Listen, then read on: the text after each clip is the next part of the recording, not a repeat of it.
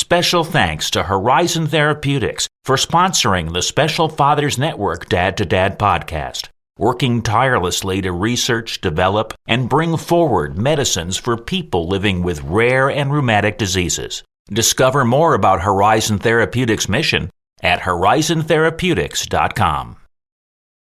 Be an advocate for your child, because if you don't, certainly no one else is going to. You know, your kids are only going to have one dad. And be as present as you can. I think your time and your attention is probably the best thing you can offer them. You know, your true undivided attention. That's Josh Poynter, David Hirsch's guest this week on the Special Fathers Network Dad to Dad podcast. Josh and his wife Monica are parents to two boys, Tag, and their second son, Trey, who was adopted from China. Both boys have hemophilia. We'll hear the Poynter family story, including how they were really driven to adopt a second child. That's all on this Special Fathers Network Dad to Dad podcast. Say hello to David Hirsch. Hi, and thanks for listening to the Dad to Dad podcast, Fathers Mentoring Fathers of Children with Special Needs, presented by the Special Fathers Network. The Special Fathers Network is a dad-to-dad mentoring program for fathers raising children with special needs. Through our personalized matching process, new fathers with special needs children connect with mentor fathers in a similar situation. It's a great way for dads to support dads. To find out more, go to 21stcenturydads.org. And if you're a dad looking for help or would like to offer help, we'd be honored to have you join our closed Facebook group. Please go to facebook.com/groups and search Dad to Dad. And now let's hear this fascinating conversation between Josh Poynter and David Hirsch. I'm thrilled to be talking today with Josh Poynter of Bowling Green, Kentucky, who's a father of two and who works as an estimator for Snake Steel in Nashville, Tennessee. Josh, thanks for taking the time to do a podcast interview for the Special Fathers Network. Glad to be here, David, and thank you for having me. You and your wife, Monica, have been married for 11 years and are the proud parents of two boys, Tag, 7, and Trey, 10, who was adopted from China in January 2020. Both boys have hemophilia, a rare medical condition that prevents their blood from clotting. Let's start with some background. Where did you grow up? Tell me something about your family. Okay, my wife and I actually both were born and raised in Barron County, Kentucky, which is a fairly small rural town, about halfway in between Louisville, Kentucky, and Nashville, Tennessee, to give you some perspective on where it's located. My dad is from a large family. There are 9 boys and 2 girls, and my mom's family from Edmonson County, Kentucky, there are 8 boys and 3 girls. So large families, lots of aunts, uncles, cousins on both sides. You know, typical background, I guess. Into sports, stayed with my mom's side of the family in the summer, working in tobacco and hay hauling and all that stuff. Have an older half-sister who is 5 years older than me. And my mom's brother and his wife that I stayed with, they had an only child who's my cousin, and he's kind of like a brother to me growing up. So I stayed over there with them during the summers when school was out, and that allowed me to be close to my mother's side of the family, as well as, you know, learn all the things you pick up doing that kind of work growing up. So, excellent. Well, thanks for the brief flyby. I'm sort of curious to know, what did your dad do for a living? He worked for the water treatment plant. You know, my dad, from a large family, and his father passed away when he was only 12, so I never knew my grandpa on that side. So my dad dropped out of school in order to work and kind of help with his family, which was, you know, common from where we're from at the time.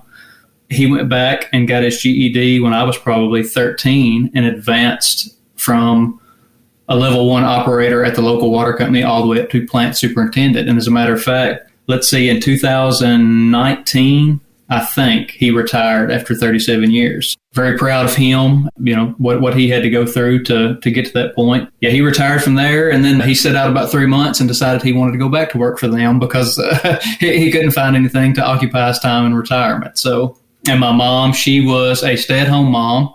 She raised not only me and my sister, but, you know, she kept my dad's brother's kids quite a bit. There's always neighborhood kids that seemed to congregate at our house. And she was also a seamstress. She sewed curtains, she sewed dresses, that kind of stuff. So, you know, she did the lion's share of the home-based stuff and what all that entails. That's great. So how would you describe your relationship with your dad? My dad and I have a good relationship. We went through a period there when I became a teenager where, I thought he was crazy and didn't know what he was talking about, natural rebellion. I'm knock on wood. I'm sure I'll probably have to go through that with my two boys. We have a good relationship now. He was an avid outdoorsman. I was into sports. I did not take after the outdoorsman stuff. I went a couple of times with him, but, just from lack of interest, I didn't pursue that like I decided to pursue sports. But, he supported me in whatever I wanted to do. Hardworking fella. And, I'm thankful now that I just turned 40 and I have two boys of my own.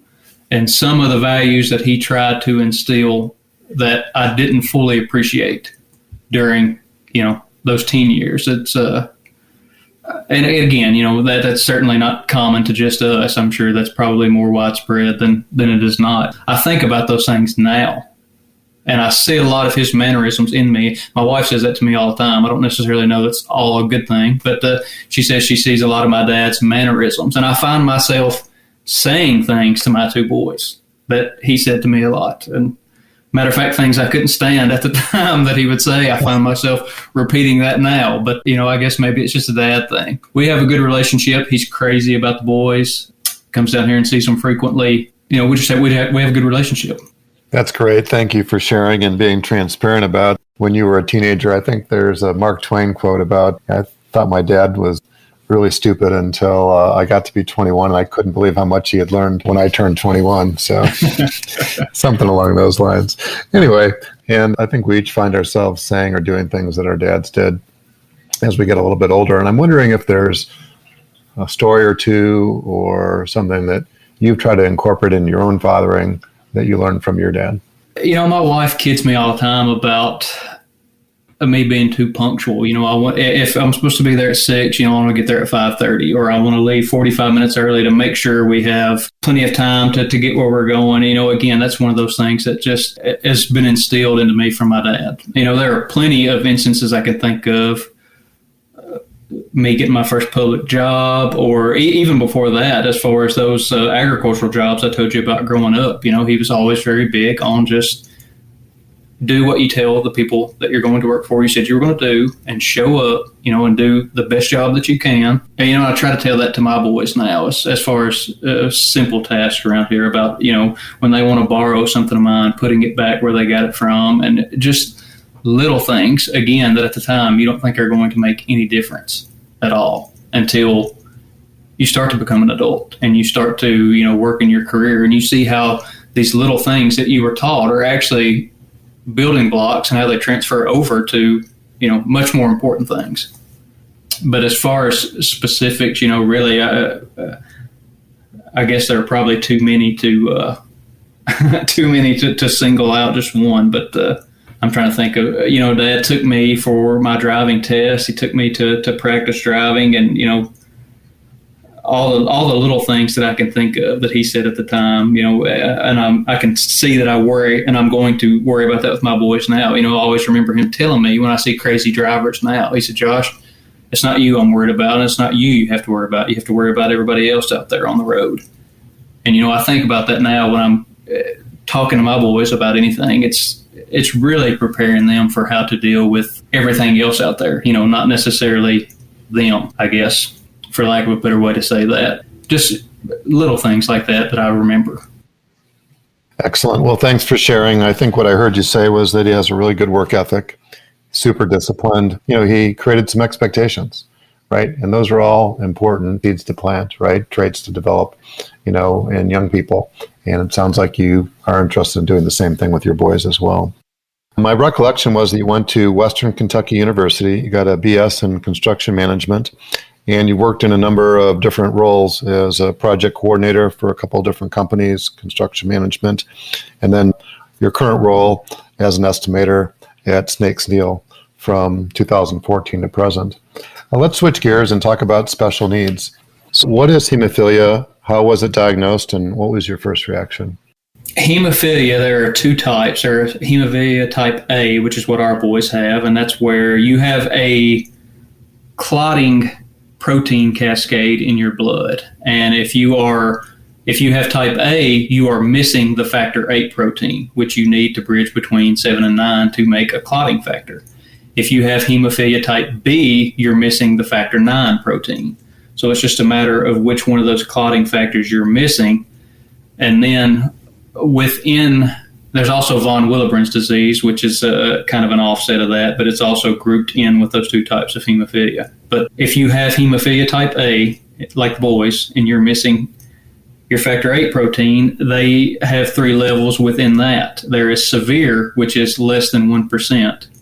There is mild, which is 1 to 5% present. And then there is, or moderate, it's 1 to 5, and then there's mild, 6 to 30%. Like you and I, we probably have over 50%, anywhere from 50% on up to I guess 100. The people that don't have that are grouped into those 3 categories, and both of the boys are severe. They have less than 1%. Hemophilia is, very rare. I think the last statistics that I read said there's probably 30 to 33,000 males in the U.S. with hemophilia type A currently. Not a lot given the size of our population, but very, very rare. And the way we found out with TAG, Monica and I had never heard of this. I'd never heard of it. I don't recall ever reading about it. Yeah, maybe I did. But just couldn't recall it. And he was born at our local hospital there in Glasgow. They did a heel stick on him, and it wouldn't stop bleeding. So they kept check on that, and of course he had a onesie on, so they went to draw blood out of his arm, and the nurse who went to give him a bath, this is probably, he was born on a Monday, this would have been Wednesday, 2 days later, went to give him a bath and took his onesie off and noticed that his right arm, they had hit an artery and it caused that arm to, swell up to twice its normal size. And this is the morning of they're getting him ready for his circumcision. So they can't get his arm to stop bleeding, and she sees that swelling. And about the time that she discovered that, the doctor who was coming to perform the circ saw that and said, no, we need to figure out what's going on here before we, go any further. So they couldn't decide on what they wanted to do there, but they were worried about that arm swelling. And again, our local hospital is a smaller hospital, nothing with the resources along the lines of a Vanderbilt or a Kosair's in Louisville. So that was their next move, to put us on a plane, Tag and I, and fly us to Louisville. Monica, since she had just given birth, she couldn't fly with us, so she was going to have to follow us up in an ambulance. So he was born on a Monday night, and by Wednesday, I could be off by day, but Wednesday or Thursday, they're putting Tag and I on a plane at our local municipal airport there in Glasgow to fly us up to Kosair's. And, probably within an hour of us getting there, the doctor came out and told us that Tag had hemophilia and started to try to explain that. Well, you can imagine, the chaos and confusion and disorientation of us simply, number one, trying to get over the fact that they just flown us up there. By Thursday, we thought we were going to be going home with our firstborn child. And now here we are in a specialty children's hospital in Louisville, trying to determine what he has wrong with him. And, what does this mean? And what is this hemophilia that we've never heard of? So that's how we found out. And then we probably spent 10 days at Kosair's. And they had to keep Tag there overnight while we stayed, at the Ronald-McDonald-House. We spent every waking moment with him up until time for them to tell us that we had to leave due to hospital policy and go across the street to the Ronald-McDonald-House. But they kept him in there, and they had to infuse him with the medication that he needed to obviously combat that and get that arm swelling to alleviate, so they didn't have to do any major surgery. You can imagine, that swelling, what kind of pressure that does, and what if we had not got him there when we did, the complications that could have, came about because of that. So luckily they found it when they did. They got us up there. Kosair was world class. They treated him, and then Monica and I had the 10 days that we were up there, we had a crash course in trying to determine what hemophilia was and learn all we could about it.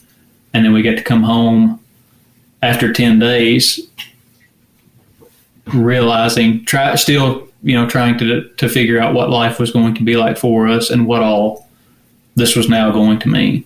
And it was and still is a learning process because, as you can imagine, treatments and care changing every day. So trying to stay on top of that. But, the main point is we do live in the country that we do, and we have access to this medicine. Number one, the fact that they even have medicine to treat this, and number two, we have access to it. So, to point out that we're certainly thankful for that. We're definitely, this is a serious condition, make no mistake about it, but it's much more serious probably for somebody in an underdeveloped country, obviously with no access to the medicine that we have over here. So that's the short version. Yeah, well, thanks for sharing. It sounds like it's been quite a journey, especially that first week or 10 days. And I'm wondering if there's some meaningful advice that you received early on, not that first 10 days, but subsequently that's helped put this hemophilia journey in perspective. The support system that we've discovered has been great. Obviously, there are, when you start to get into something like this, you discover there are plenty of people who have walked that path before you, and they're selfless with their help and information, which, helps you, of course. Every step of the way, we have had a good support system in place with family, with the medical professionals, who they refer you to. So my advice would be, draw on anybody else's experience and help that you possibly can. It's the unknown is a large part of, most of the fear. And I think that probably you could apply that to any type of situation, but the unknown is the scary part. I take it when we got to Kosair and they told us Tag's diagnosis, from that point on, it became a lot less scary because you know what you're working with, or you know what you're working against. It's the not knowing is certainly the worst part. My advice would be, it's manageable. Certainly hard. Being a parent in general is obviously hard, and with us being our first child, we were scared already of the challenges we were going to face, and just having a child and being parents for the first time. But once we got the diagnosis and we started finding out, okay, well, what do we need to do as responsible parents to the best of our ability to help our child? And then, you follow the advice of the professionals who have, like I said, who've walked that path and can help you. So the same advice that I would give for any parent, ask and get all the advice and all the information that you can, and make the best decisions that you think you can at that time with the knowledge you have. Yep, crystal clear. Thanks for sharing. Well, it's not lost on me that you have two boys. One, your son, Tag, who's your biological son, and then you and Monica decided that you wanted to grow your family, and you decided to adopt. And I'm wondering, what's the backstory on pursuing the adoption? When we had trouble conceiving Tag, we tried for a couple of years, and we began to almost think that we were not going to be able to have him. And then, lo and behold, Monica became pregnant with him, and we had him. So realizing that, we were trying for a sibling, and it just wasn't happening. So we started talking about adoption. And we attended a couple of local classes in Bowling Green, our hometown now, of foster to adopt. And, we just got the feeling, both of us at the same time, after each one of those, and we would get back out to the car, we'd kind of like, what do you think? What is your feeling on that? And it didn't seem the right fit for us. So we were kind of still in a holding pattern, exploring fertility treatment options, trying to figure out the next step. Well, we get a monthly magazine called HemoWare, which is the National Hemophilia Foundation. They put that out. And it just so happened at the time we were, looking for some type of direction. There was an article in there that I have to name drop Sheree Lucky from the Michigan Hemophilia Foundation had an article in there about international adoption of kids with hemophilia, which kind of ties into what I was mentioning earlier about access to medicine. They had some stories in there about these kids coming from some underdeveloped countries that had no access to medicine. And some of their stories, certainly not to make this a competition, but our experience with TAG, as scary and frightening as it was, pales in comparison to what some of these kids faced and what their parents faced. We get to go to Kosair's in 3 days, and we found somebody who diagnosed him. They had the stuff for treatment. We come home, we have access to medicine. Okay, to receive that type of news, that's probably as good as things can go.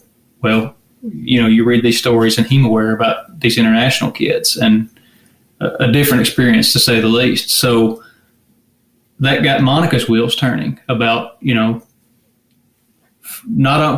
when we were talking about adoption and foster to adopt, we weren't necessarily talking about finding another child with hemophilia, okay? Mm-hmm. We were just talking about a sibling for TAG. Well, when Monica read this article, then we got to thinking about, that would give them a bonding experience. Hemophilia, like I said, is rare. The number of people that have it, it's rare. So to find somebody that maybe would also have it, number one, we could get them and they would have access to the medicine and treatment that we have over here. And number two, that would give the siblings something to bond over. So Monica kicked off the process by contacting Cherie, and Cherie recommended us to the Hand in Hand Adoption Agency. And Monica had some initial interviews with them and kind of started kicking over the rocks of what that process would be and how long it would take and what all that would entail. And this would have been in late March, early April of 2019. And they told us, it's going to be a several month process. So we probably committed around that time saying, okay, this is definitively what we are going to do. The list is endless of questions you have, but we got in touch with Hand in Hand and told them we were committed to doing that, and that got the process kicked off around April of 2019. So they start sending us potential adoption candidates, and Monica settled on Trey. Call it mother's intuition. I don't know what you call it. We went through some of the profiles and just decided on him. He was, 2019, he would have been 8. And, when you're that age in the adoption process, most people probably are looking to adopt a kid that's a little bit younger so they can, have more time to bond with them. They can have those early growing up years. When you start to get around 8 or 9 or 10, I hate to use the word less desirable, but that's precisely what it is. And he was getting to a point where the adoption agency was worried that he was going to age out, as they term it. And that's when Monica, I guess it tugged at her heartstrings, and she said definitively that is, what we're going to do. So you let the adoption agency know that, and they start that process by having correspondence with the adoption agency in China where he was based at, and then you have the process of having to get qualified and cleared over here, and then you have to get your documents over there so their agency can comb through them. And my wife would be much more well-versed to describe the process, but it was a lot of paperwork, a lot of getting things notarized. My wife did the lion's share of that, and she deserves every bit of the credit for driving to Frankfurt to get stuff notarized. And, she was a tireless worker. In addition to taking care of TAG, she was a tireless worker to spearhead that process with a lot of help from Hand in Hand, certainly with a lot of help from them. And then Hand in Hand referred us to 3 nonprofits who help with grants because it is an expensive process. So they recommended us to A Child Awaits, Help Us Adopt, and Gift of Adoption. Those are all 3 nonprofits that gave us grants to help us.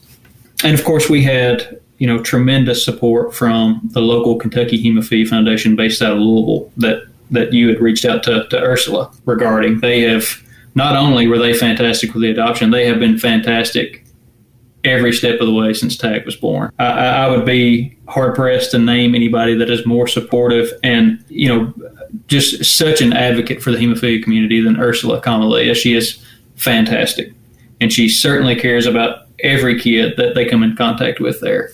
And she was fantastic during this process as well. So long story short, we went through, we got all the paperwork, we got everything lined up. January of 2020, we fly over there. Tag's never been on an airplane. So we fly from Nashville to Detroit to Beijing, China, 16 hours.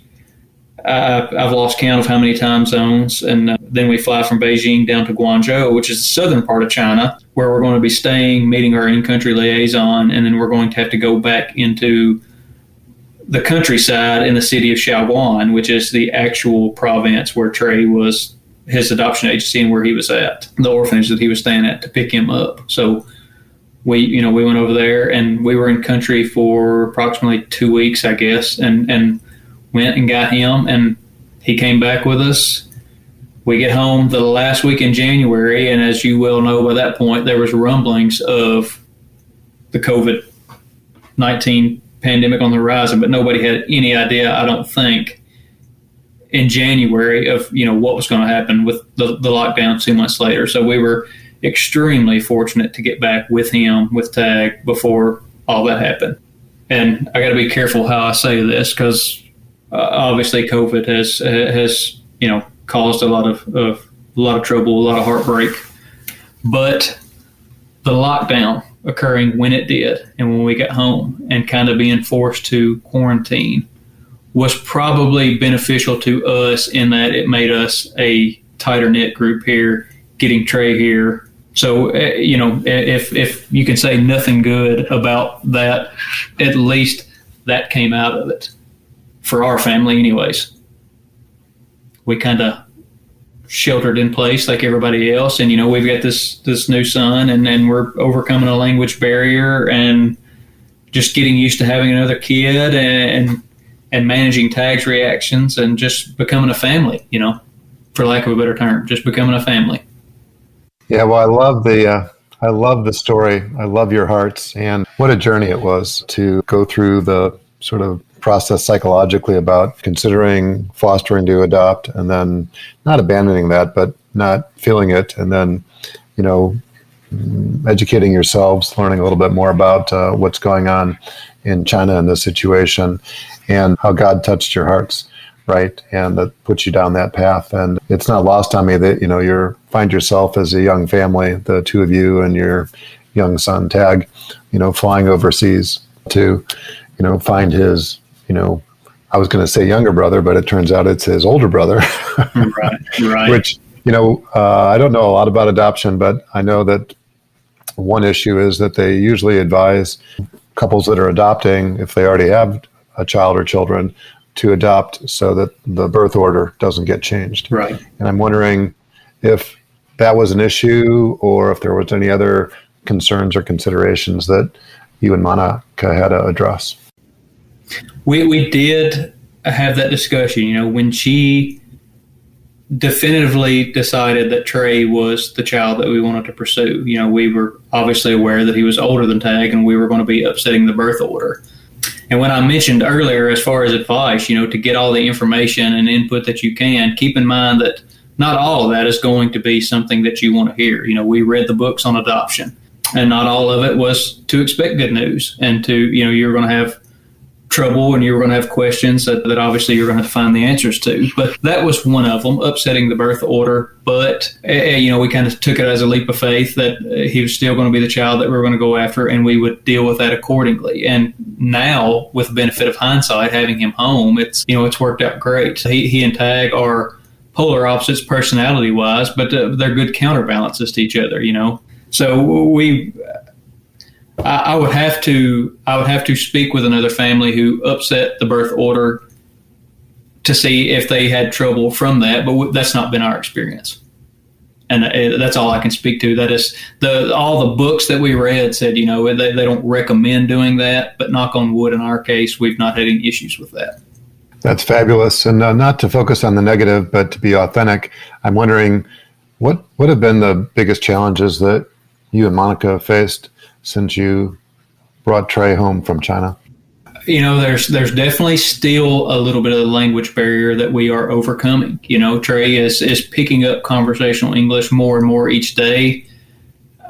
he still has trouble sometimes trying to clearly articulate what he's wanting to tell us and find the way to say that. And that just, that comes with learning a new language. So we're working through that. We have a local lady that comes from the university to help Trey stay in touch with his Chinese language, and she's actually helping Tag as well. She tutors them both in Chinese. But we have that language barrier, and then just, getting him into a new place and getting him into a routine that is probably so different than what he was accustomed to. But now that we've had him home as long as we have, it's very weird. It's almost like he's been here for longer than he's been here. He's a part of our family now. We can't imagine it without him. But as far as the trouble, we're no different than any other parents. Even if our boys did not have hemophilia, even if they had no health concerns, were not members of a special need, you worry about your children. You worry about on a day-to-day basis, am I making the right decision? Are we doing the right things? And sometimes you're probably not going to find this out until later on in life when they're out on their own and they're, productive members of society, that you find out, then, unfortunately, I guess maybe what you did right or wrong. But, we have those questions as parents that I think most parents ask themselves, and we try to, we wrestle with concerns as parents, and then we wrestle with concerns as parents of children with hemophilia in the context of them having that. For instance, we're taking them to the hemophilia camp this weekend. They're going to do it in pods, given that, there's still some concerns with COVID out there, and it's just going to be us in a group going through the camp activities and then going back to a hotel. But that's still something for them to do. But we didn't want to only do things within the hemophilia community. As fantastic and as supportive as they are, we wanted the boys to experience, Tag played soccer, for instance. Before we got Trey, he played soccer at our local little league, things like that. I hate to use the word normal, but I can't think of it. But, we want them to have a normal childhood. We want them to be able to be as carefree as possible and to enjoy being a kid and everything that entails. And so trying to balance raising them that way while also keeping in mind that they are somewhat limited in certain things by the hemophilia. Yeah, well, I appreciate your transparency. And the word I think I picked up on, to avoid using the word normal, because the opposite of that is abnormal, right? And that's not right. What you're intending is the word typical, right? You want them to have a typical experience. And, that's a little bit broader term. And I think it's a little bit more socially acceptable. So I'm thinking about advice now, and I'm wondering if there's any advice that you can offer a dad who might be listening, who's either going through a similar situation to the one that you've described, or maybe contemplating adoption for that matter, if there's any specific advice that you can share. For me, that's a difficult question. I struggle being a father every day, and I still wonder sometimes, am I doing the right thing? And when they're in bed at night and they're quiet and they look like angels in there, and I have totally forgotten about the trail of devastation they have left earlier in the day, I think, did I overreact there? What kind of long-term harm am I causing here by my reaction? But the advice that I would give is that you are the biggest advocate for your child, and be present.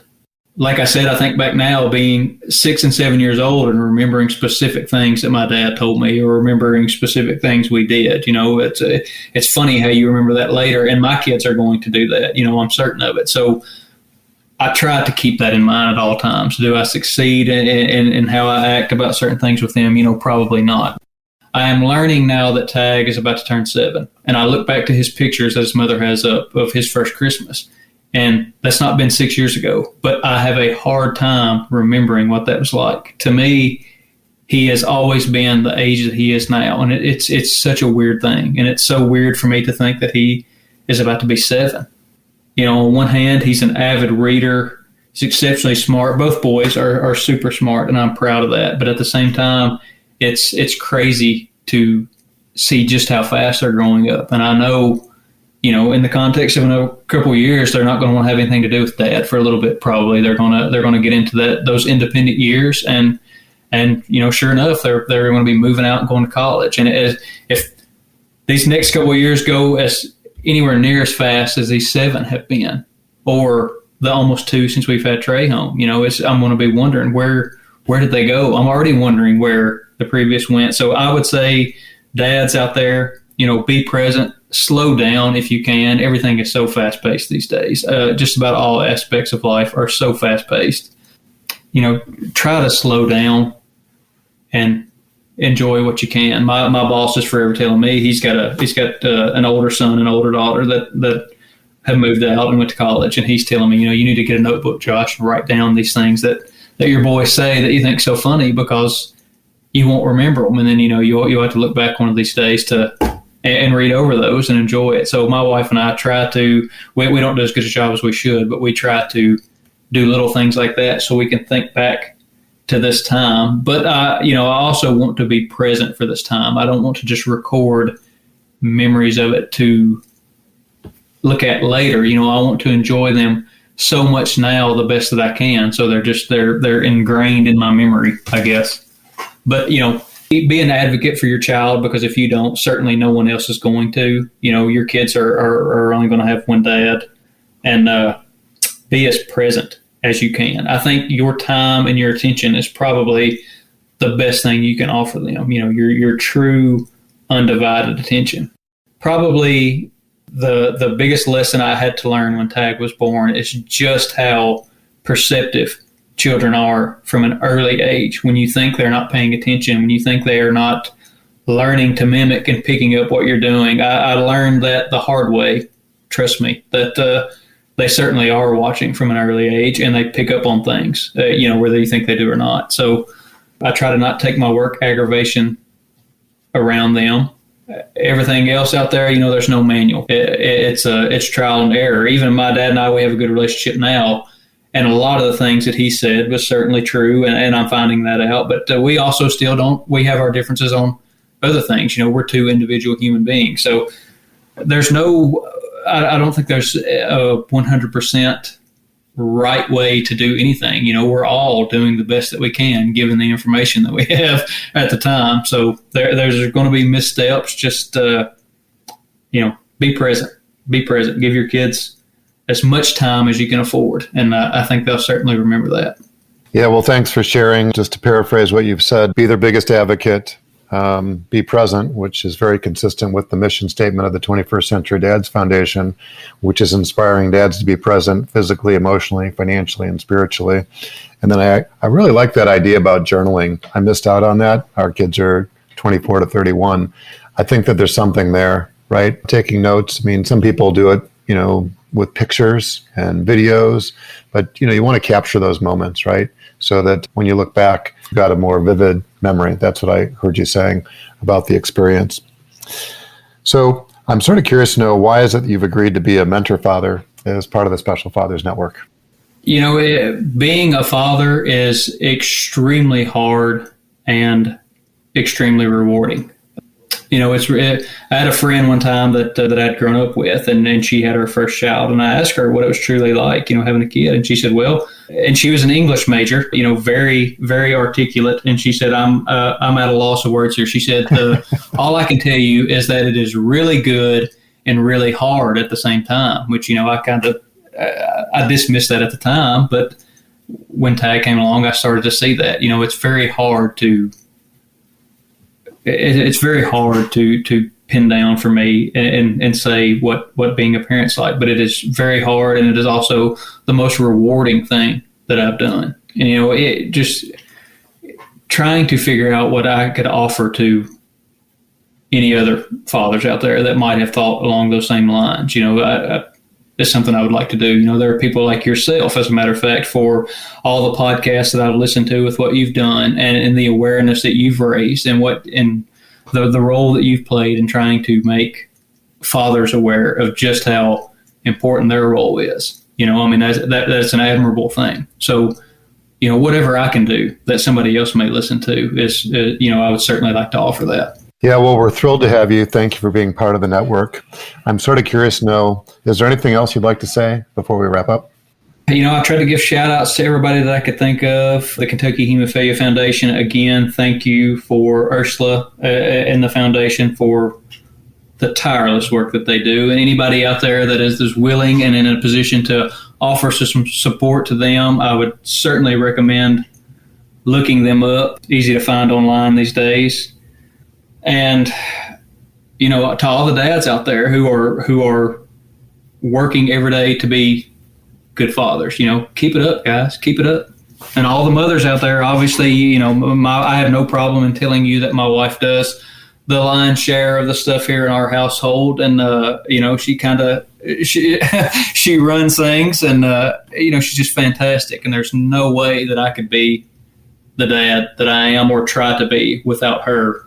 Dads, my father now getting to be in his 60s, and I not to sound morbid, but I realize how much I'm going to miss him when he's no longer around, just to have casual conversations with. And, he's my phone-a-friend guy about when I have a leaky toilet and, hey, how do I fix this? And, I can call him because chances are he's all the things that I'm getting ready to do, he's probably done. It can save me a lot of time and heartache on him. And just having him as a resource for little things like that and somebody to talk to, it's just there's no value to be placed on that. And I want my boys to say the same thing. They may go through that phase where, when they're teenagers, the old man's crazy, but, hopefully they'll circle back around and we'll be like me and my dad are now, and they realize that, they can count on me. But, being a father is just, it's tough, and it is far and above the most rewarding thing in my life. Very proud to be a father to my two boys. And so, dads out there, just, be the best dads that you can be. It's a very important role, hard to overstate how important it is having a father. Excellent. Well, if somebody wants to learn more about hemophilia or adoption or to contact you, how would they do that? The Kentucky Hemophilia Foundation is I'm trying to think of their website right now, and I think it is actually www.kentuckyhemophilia.org, but I would have to Google that and look it up. They're relatively easy to find. But I am on LinkedIn. Thank you, and I are connections on there. That's pretty much the only type of social media that I use. Or other than that, I can be reached at jpoynter@snakesteel.com. I'll be sure to include each of those in the show notes, so it'll make it as easy as possible for somebody to follow up with you. Thank you very much. Josh, thank you for taking the time and many insights. As a reminder, Josh is just one of the dads who's part of the Special Fathers Network, a mentoring program for fathers raising a child with special needs. If you'd like to be a mentor father or are seeking advice from a mentor father with a similar situation to your own, please go to 21stcenturydads.org. Thank you for listening to the latest episode of the Special Fathers Network Dad to Dad podcast. I hope you enjoyed the conversation as much as I did. As you probably know, the 21st Century Dads Foundation is a 501c3 not-for-profit organization, which means we need your help to keep our content free to all concerned. Would you please consider making a tax-deductible contribution? I would really appreciate your support. Josh, thanks again. David, thank you for having me, and thank you for all your work in this field. And thank you for listening to the Special Fathers Network Dad to Dad podcast. The Special Fathers Network is a dad-to-dad mentoring program for fathers raising children with special needs. Through our personalized matching process, new fathers with special needs children match up with mentor fathers in a similar situation. It's a great way for dads to support other dads. To find out more, go to 21stcenturydads.org. And if you're a dad looking for help or would like to offer help, we would be honored to have you join our closed Facebook group. Please go to facebook.com/groups and search Dad to Dad. Also, please be sure to register for the Special Fathers Network bi-weekly Zoom calls held on the first and third Tuesdays of every month. Lastly, we're always looking to share interesting stories. If you'd like to share your story or know of a compelling story, please send an email to david@21stcenturydads.org. The Special Fathers Network Dad to Dad podcast was produced by me, Tom Couch. Thanks again to Horizon Therapeutics, who believe that science and compassion must work together to transform lives. That's why they work tirelessly to research, develop, and bring forward medicines for people living with rare and rheumatic diseases. Discover more about Horizon Therapeutics at horizontherapeutics.com.